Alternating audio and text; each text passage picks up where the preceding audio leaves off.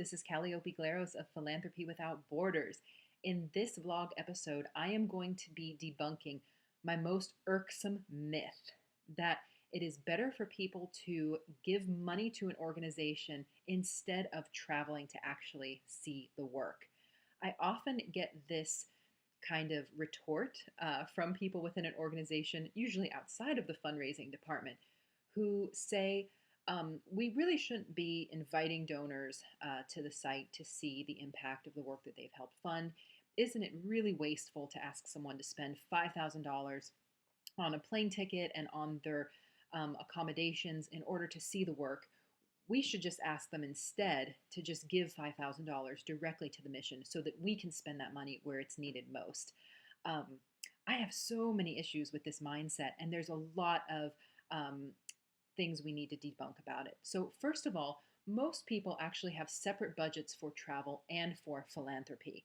So if you're asking them to forfeit an experience on a particular trip, they're more likely to spend that money on another travel experience than they are to give that exact amount of money to your organization in the form of philanthropy. They're probably already giving your organization money. They're giving money to a lot of organizations, and they're taking trips. So their travel and philanthropy budgets are separate buckets of money.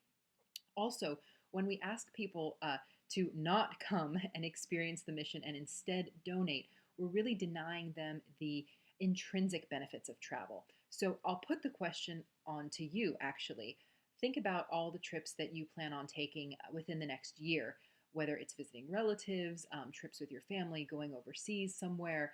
And now, what if I asked you to cancel all of those trips, don't go on them, and instead use the money that you had saved up for those trips and instead donate it to charity? How does that question land with you? My guess is that you're probably feeling pretty uncomfortable, and you probably don't like my suggestion at all, because you're thinking how much you were looking forward to spending time with your family on those vacations, to seeing loved ones that live at a distance, to learning something new in a foreign environment. And now I'm asking you to not do any of that and just give money instead. It's a really icky ask. As a development officer, I would never put that ask on to a donor.